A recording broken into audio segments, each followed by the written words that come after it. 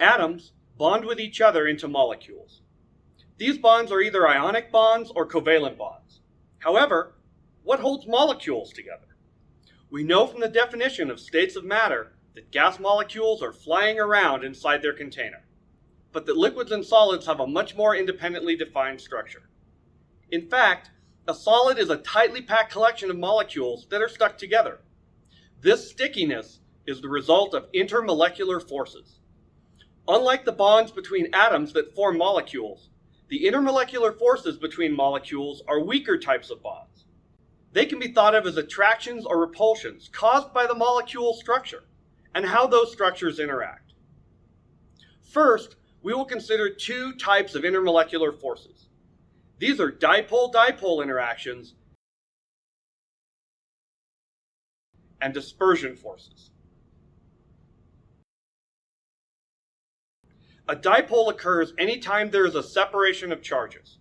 Magnets are a dipole with an equally charged positive and negative end. Can you think of a situation where a molecule might have a dipole? Oxygen is much more electronegative than hydrogen. Remember, the trend for electronegativity increases to the right and up the periodic table.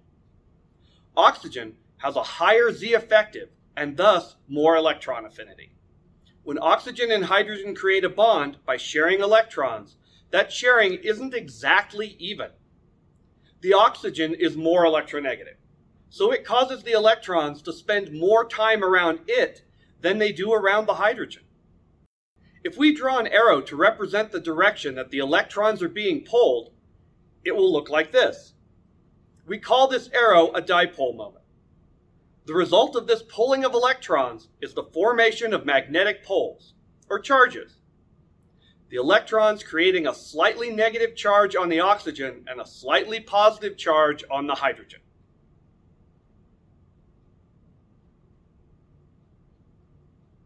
Now, what if we consider the entire molecule? What is the molecular shape of water? It has two bonds and two lone electron pairs. This makes it bent. If you aren't sure why, make sure to review molecular shapes and hybrid orbitals again before you continue. What is the dipole moment between hydrogen atom number 1 and oxygen? That's right, the electrons are being pulled towards the oxygen atom as we saw before. However, what is the dipole moment of the other bonded hydrogen? It is the same. The electrons are still being pulled towards the oxygen atom. These dipole moments create partial positive charges on the hydrogens and a partial negative charge on the oxygen. These are smaller than full ionic charges, but they are not insignificant. These charges can stick together much like ionic bonds. The only difference is that they are weaker because the charges are smaller. All polar molecules will have dipoles and dipole moments. We can look at a molecule like nitrogen trihydride, also known as ammonia. This molecule has 3 dipole moments because nitrogen is more electronegative than hydrogen is.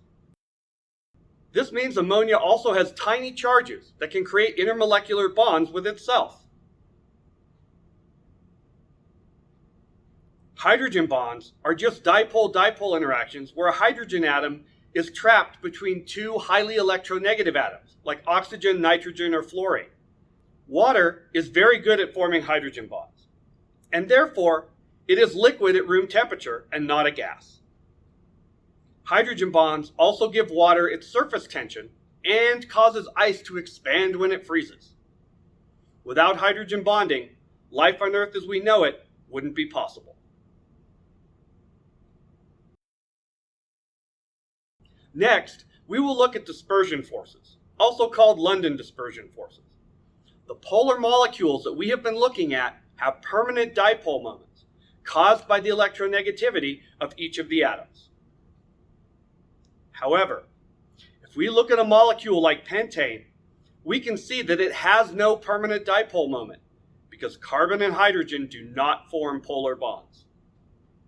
However, we know that electrons are not sitting still, but are moving around within their orbitals. It is possible for the electrons around pentane to just happen to move more to one side than the other. This creates what is called an instantaneous dipole. It is a random chance temporary imbalance where the electrons are on the molecule. Just like if we put water in a container and slosh it around, it will not always be perfectly distributed. Once the electrons have randomly moved to one side, they expose some of the positive charge of the nuclei underneath. It causes a bond.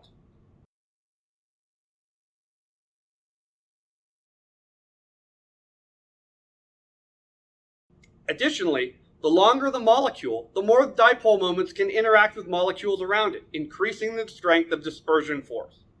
Thus, the size of a molecule and the number of dispersion forces impact how strong they are. We can now use the structure of molecules to predict which types of intermolecular forces are present. Consider propanol. This molecule has a hydrogen bonded to an oxygen. Thus, it has a permanent dipole moment. It can form hydrogen bonds with itself. It also has a longer chain of hydrogens and carbons, which can create instantaneous dipole moments, which produce dispersion forces forming weak bonds. Which of these bonds do you think will be stronger? In general, dipole-dipole interactions are stronger than London dispersion forces. But remember, the larger the surface area of a molecule, the stronger the dispersion forces will be. Try the problems on pages 16 and 17 in your workbook. Why do we care about intermolecular forces? What real-world observations do they explain? The most obvious are adhesive and cohesive forces. These forces give rise to things that we can directly observe, such as viscosity, surface tension, and capillary rise. Let's give definitions to cohesive and adhesive forces to see how they generate these observable phenomena. Cohesive forces are intermolecular forces between identical molecules of a substance. These kinds of interactions can be seen in viscosity and surface tension. Viscosity is the ability of a liquid to flow. If the molecules had no intermolecular forces, then liquids would act more like a gas. These intermolecular forces allow for transient interactions.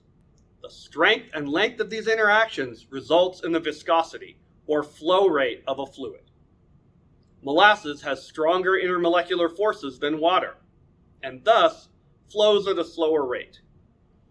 It has a higher viscosity. Adhesive forces are intermolecular forces between two different substances. If you put a paper towel in water, the water will crawl up the paper towel.